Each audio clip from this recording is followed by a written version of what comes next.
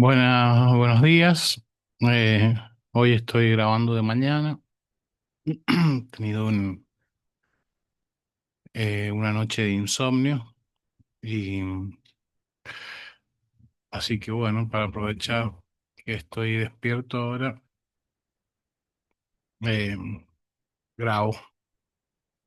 Este va a ser el sexto encuentro eh, con el grafo del deseo de Alfredo Eidelstein. Em, y bueno. Continuamos desde donde lo habíamos dejado. Estábamos a la mitad del capítulo.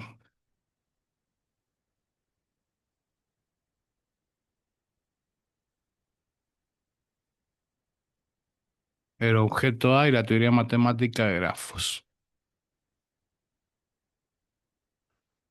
Eh, ¿Ven que era una concepción esférica del ser humano original? Dice Eidelstein. Esta concepción del origen de la raza humana es muy interesante porque plantea tres sexos. Nosotros con Lacan decimos que no hay relación sexual porque hay dos sexos. Si hubiese tres sexos, habría relación sexual, que es de lo que intentan convencernos siempre los homosexuales. Los homosexuales no reclaman un derecho personal, quieren imponer una teoría, que hay tres sexos. El problema conceptual con el que nos enfrentamos es el pasaje del uno al 2,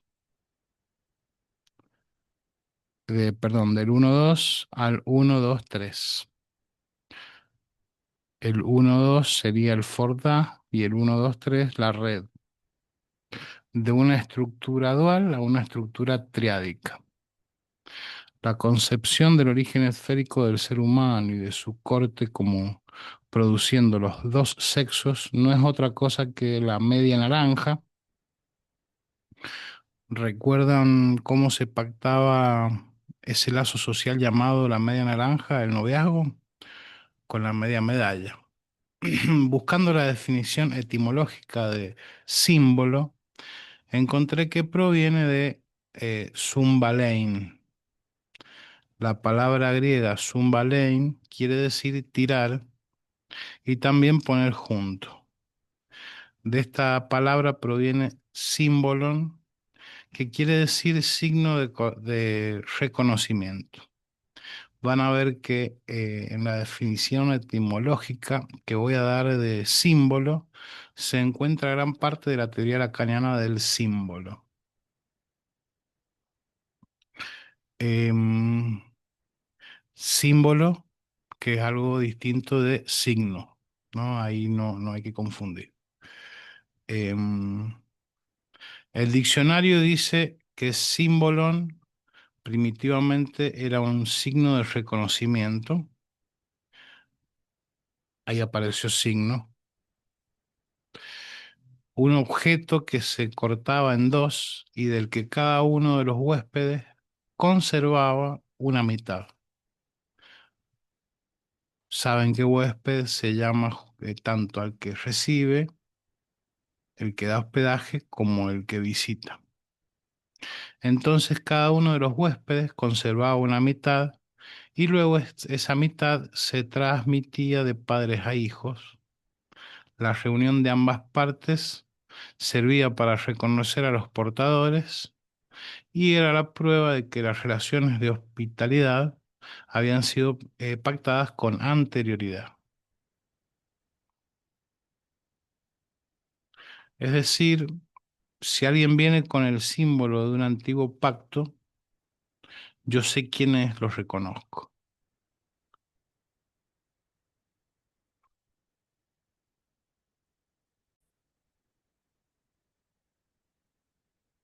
Si alguien viene con el símbolo de un antiguo pacto, yo sé quiénes los reconozco.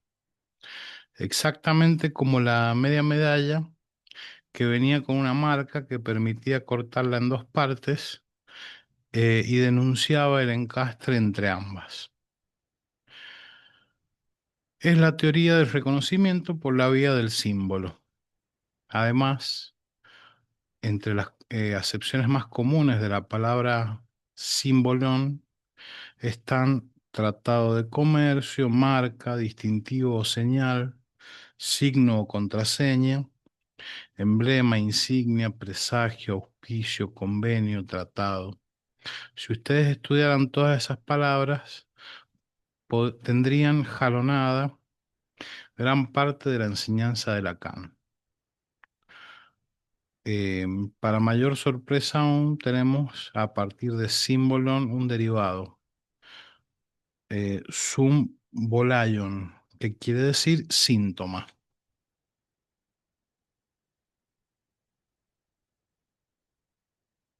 Lo que les propongo entonces es que la teoría del sujeto como esférico, la teoría del individuo, haya dicho eh, en una oración cosas importantes, la teoría del sujeto como esférico, la teoría del individuo, es algo que lo va a diferenciar más adelante. Sujeto no es individuo, ¿no? Entonces, aquí está diciendo sujeto como esférico es la teoría del individuo, ¿no? Nos viene por la vía de la etimología de la palabra símbolo, que es justamente aquello que produce la castración, el acceso a lo simbólico a partir de eh, la realización de la metáfora paterna, em, que es em, la realización de la castración, ¿no? ¿Notan que se produce una suerte de ocho interior endiablado? El símbolo viene a producir un efecto ilusorio contrario, justamente de aquello que produce como efecto real, la función del ideal simbólico y del intervalo que más adelante veremos en este curso. Símbolo quiere decir, juntemos las partes para hacer el todo. Símbolo quiere decir, en este sentido etimológico, juntemos las partes para hacer el todo. Solo que hay un efecto del símbolo mismo que impide juntar las partes, de tal manera de hacer con ellas un todo completo. ¿Cuál es entonces la relación entre el símbolo como efecto y la etimología de la palabra símbolo? Están en continuidad en ocho interior, aunque sean contrarios, hay que ponerlos en una cierta continuidad.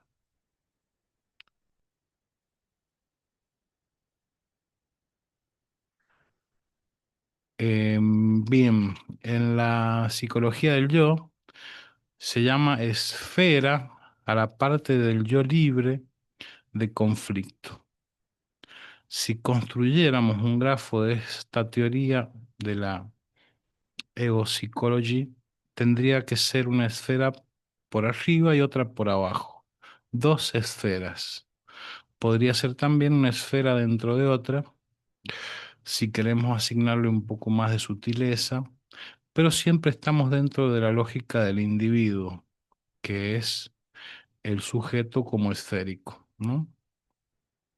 Entonces conviene tener presente la oposición estructural esfera-toro. Claro, en topología una esfera es distinta como superficie topológica de un toro. La diferencia está en el agujero del toro, ¿no? Por más, podríamos inflar el toro todo lo que quisiésemos, pero el agujero nunca desaparecería. Entonces, conviene tener presente la oposición estructural esfera-toro para poder salir de la confusión milenaria entre individuo que es tridimensional, es decir, no es una superficie, es un volumen, y sujeto, que es bidimensional. Podríamos decir metafóricamente que el toro es una esfera agujereada. Bueno, aunque con precisión, llamarlo una esfera agujereada es una complicación, porque a decir verdad el agujero no es del toro. El toro en realidad es una superficie sin agujero. Claro, el toro sería como la superficie que está alrededor de un agujero, pero el agujero no es propiamente del toro. Recordarán que el tema de esta clase es el objeto A como corte. Ya planteamos el problema de cuándo hay un buen corte, tal como el requerido en el corte de la sesión o en el corte final del análisis, el pase. Pero aún seguimos estando en este problema. El problema de la estructura de la superficie sobre la que operamos y la estructura del corte sobre esa superficie, corte que revele y transforma em, esa misma estructura. Entonces, pensando en el corte en las superficies topológicas, es como podemos pensar el corte en una sesión o en un camino de análisis, ¿no? Em,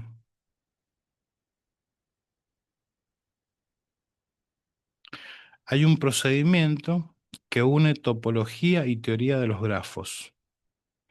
Es un procedimiento que permite establecer cuándo en una superficie hay un agujero y cuándo no.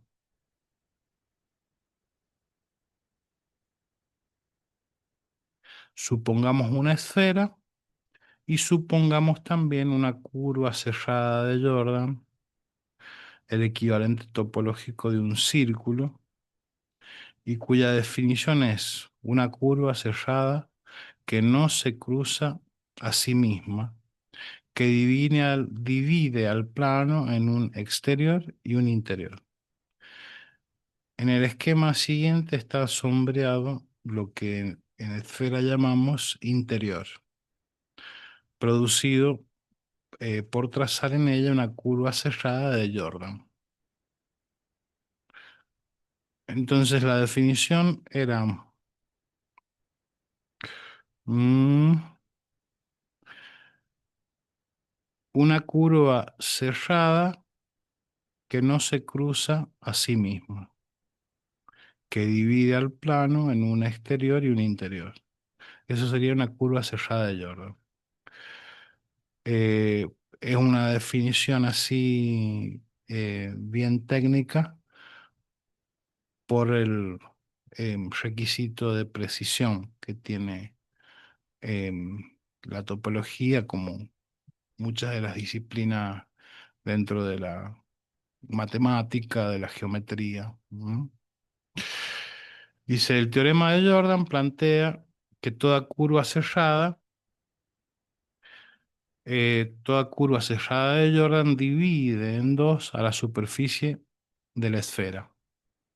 Un ejemplo de una curva cerrada de Jordan es el ecuador, una línea cerrada que divide al planeta en dos, hemisferio norte y hemisferio sur.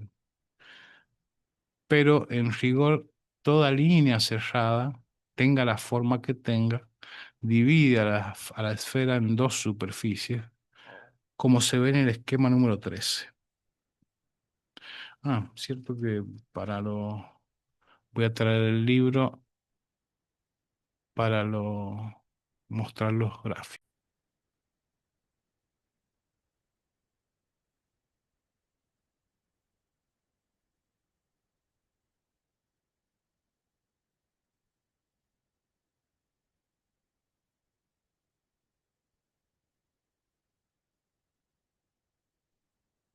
Entonces, en rigor, toda línea cerrada tenga la forma que tenga, divide a la esfera en dos superficies, como se ve en el esquema número 13. Entonces, tenemos eh, la, el dibujo de una esfera mal dibujado porque no sé, le falta un sombreado para este, darle el, la forma de esfera en el plano, ¿no? Pero bueno, acá tenemos una superficie cerrada de Jordan y está dividiendo en una y dos superficies a la esfera, ¿no?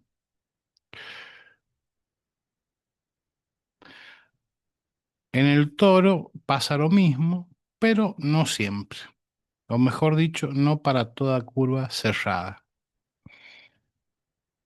Eso entonces permite distinguir la estructura del toro de la estructura de la esfera mediante las curvas cerradas que revelen las propiedades estructurales de ambos. Entonces, bueno, em, toda curva cerrada de Jordan divide a la esfera en dos superficies,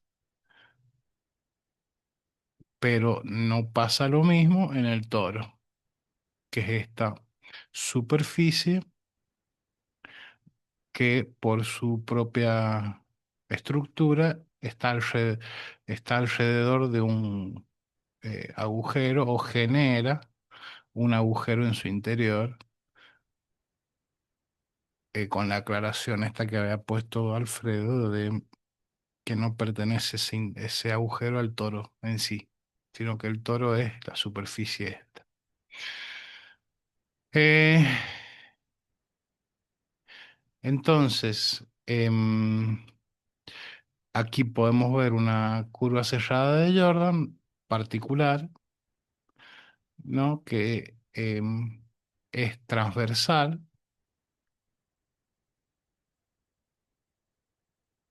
es decir, recorre transversalmente, porque también podría ser transversal así, ¿no? Pero recorre transversalmente eh, al toro sin llegar al agujero,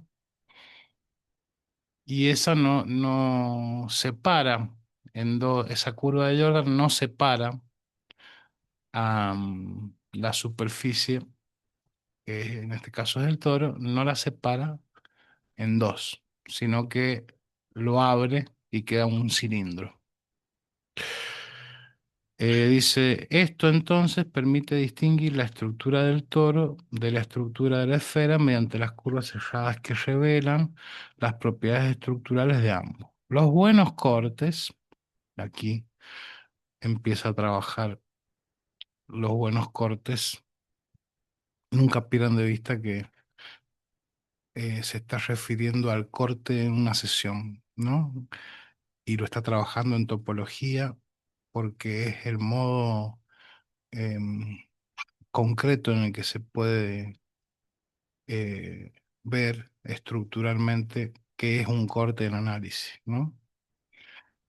Em,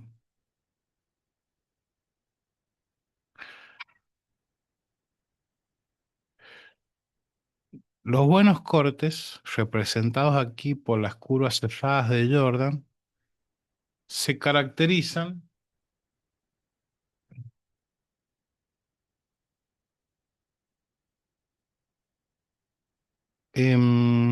por revelar la estructura. Bien, entonces, los buenos cortes revelan la estructura. En el caso de la clínica estaríamos pensando, bueno, se trata de una estructura de el intervalo o la estructura de la holofrase, ¿no? Entonces, hacer un buen corte de análisis, nos estaría revelando la estructura con la que estamos trabajando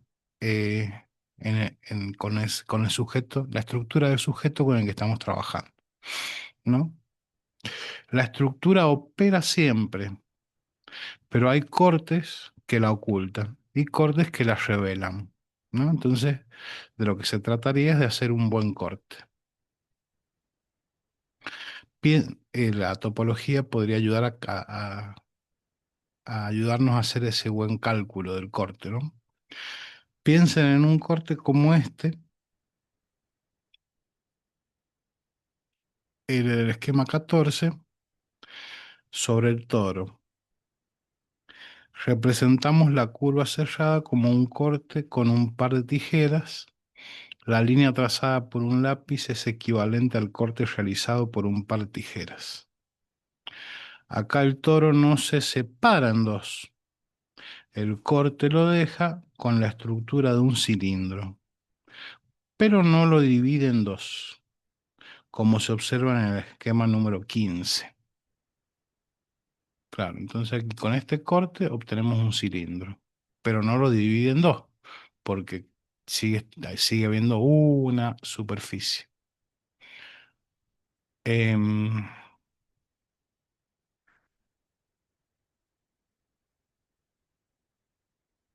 Hay entonces líneas cerradas de Jordan que no separan en dos al toro. Esto lo muestra, Esto muestra que el toro tiene una estructura distinta de la esfera. Claro, porque en la esfera toda superficie de Jordan lo separa en dos, ¿no? En la que toda curva cerrada de Jordan divide en dos la superficie. Hay aún otro corte que podemos hacer sobre el toro.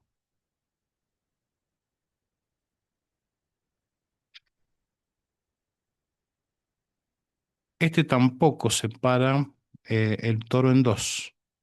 Abre el cilindro, pero este queda de una sola pieza. Hicimos dos cortes,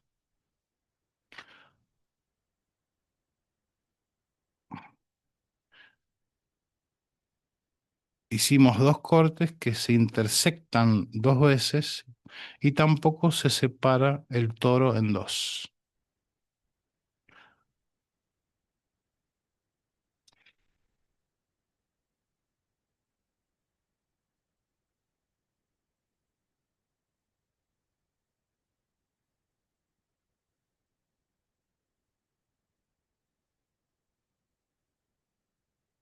Claro, este corte no lo ha dibujado, em, pero es un corte longitudinal. El otro, el anterior fue transversal, que lo dejó como cilindro. Hacemos un segundo corte que es longitudinal y lo que nos va a quedar es una superficie con,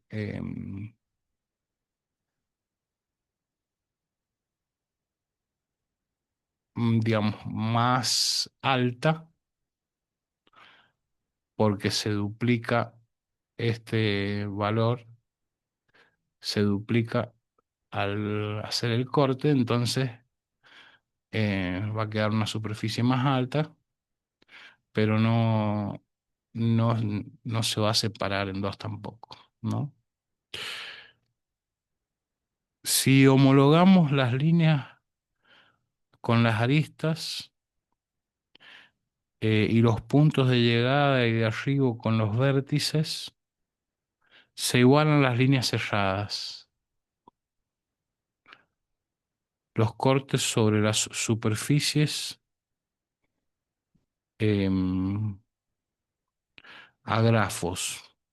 Al hacer un grafo sobre la esfera, en este caso sería un bucle o rizo, y otro sobre el toro, descubrimos que tienen estructuras distintas.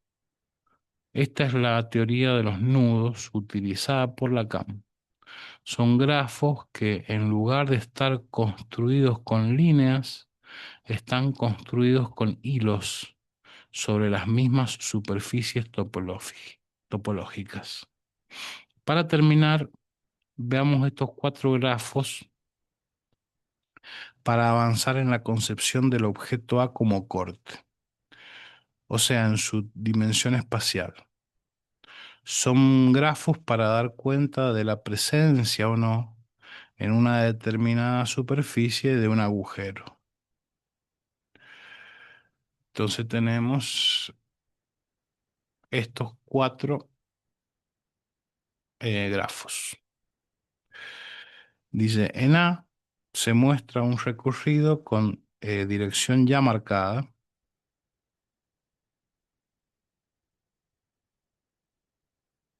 en el que las líneas se cruzan.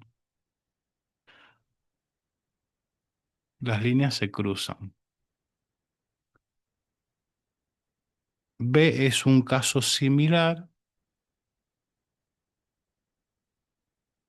pero en el que las líneas no se cruzan.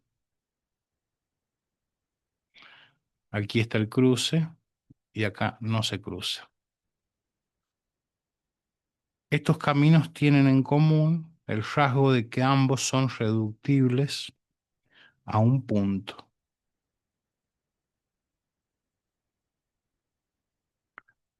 En cambio, ni C ni D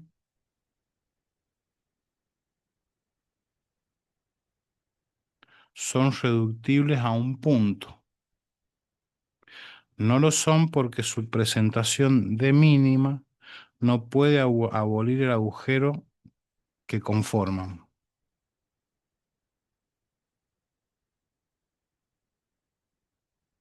Perdón, el agujero que contornean. Acá hay un agujero y acá hay un agujero. Aquí no hay ningún agujero.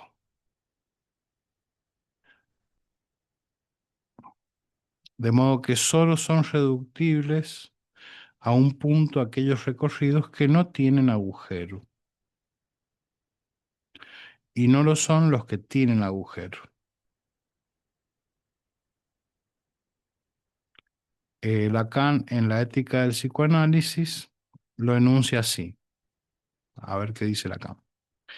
El rodeo en el psiquismo no está hecho siempre únicamente para arreglar el paso que reúne lo que se organiza en el dominio del principio del placer con lo que se propone como estructura de la realidad.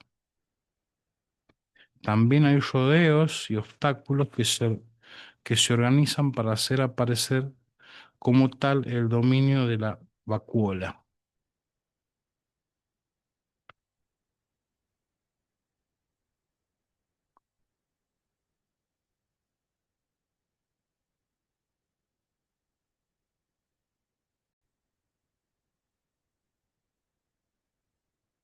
Pero aún hay algo que diferencia a C de D.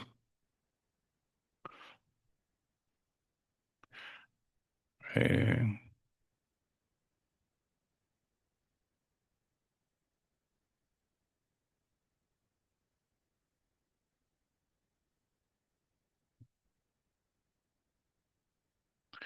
pero aún hay algo que diferencia a C de D. Es el modo como cada uno recorre el agujero. El recorrido C revela, evidencia siempre la existencia del agujero de la estructura. Al cruzarse la línea, evidencia el agujero de la estructura. Em, D, en cambio, lo disimula, porque cualquiera de estos cortes podría, em, podría pasar por idéntico.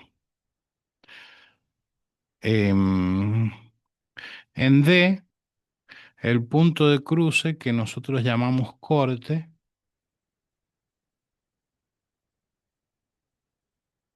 es un falso corte. En cada uno de los recorridos indicados, a medida que nos alejamos del agujero, el corte va quedando cada vez menos indicado.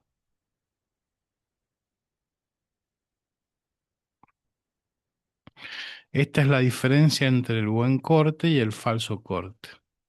Falso corte es, por ejemplo, el corte de sesión por reloj, puesto que es un corte que elimina precisamente la función subjetiva de corte. Para que haya una función de corte, el corte debe ser un acto. Entonces, está refiriéndose de vuelta a los buenos cortes y los malos cortes en topología, em, que hay cortes que revelan la estructura y hay cortes que la em, ocultan, ¿no? Para que haya función de corte, el corte debe ser un acto. Y para que lo sea es condición necesaria que el corte implique un sujeto. Un corte como acto subjetivo revela la estructura, como en el grafo C, que revela el agujero.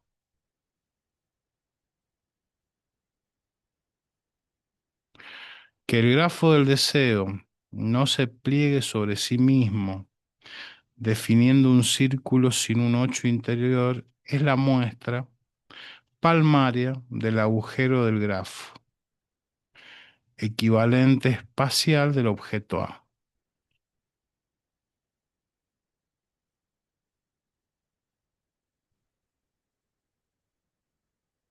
El agujero del grafo del deseo no lo situamos en el espacio interior a los dos círculos del 8 interior, porque de ese modo alimentaríamos inconvenientemente el imaginario de que ambos círculos pueden llegar a hacerse uno. Lo situamos justamente en el espacio que queda definido entre uno y otro círculo del 8 interior para poder seguir sosteniendo la imposibilidad del encuentro entre las repeticiones figuradas como los círculos del 8 interior. Así queda definitivamente establecido que tanto el 8 interior como el agujero son irreductibles, lo que remite a la dimensión espacial del objeto A, que da la estructura fundamental del grafo del deseo. En nuestro análisis de las nociones de fantasma y de pulsión volveremos a elaborar la noción de objeto A asociado a la dimensión espacial. Voy a ver si encuentro el grafo del deseo para cerrado como un 8 interior para volver a leer esta parte. Hago una pequeña pausa y ya retomo.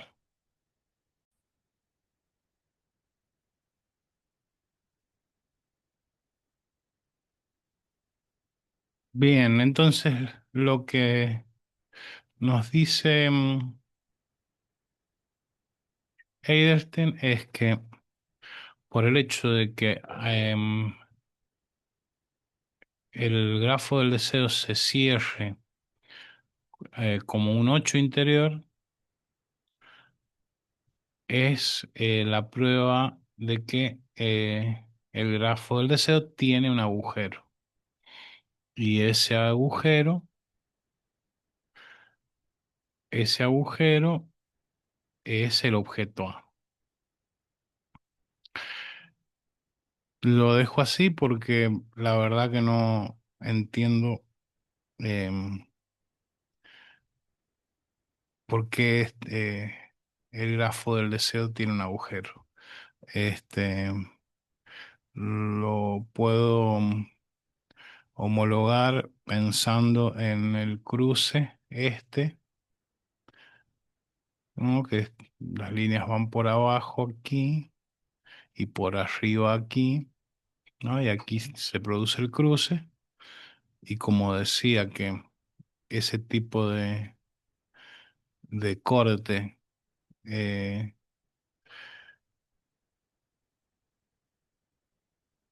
daba paso a evidenciar el agujero, pero bueno, nada, que lo dejo ahí, que por el hecho de que el grafo del deseo cierre como un 8 interior, se evidencia que hay en el grafo del deseo un agujero. Ese agujero es el objeto A. Vamos a ver más adelante si explica algo más para poder comprender, ¿no? El... Después viene el capítulo 3, la estructura del lenguaje, necesidad, demanda y deseo. Em, y vamos a ver si continúo ahora o lo dejamos ahí.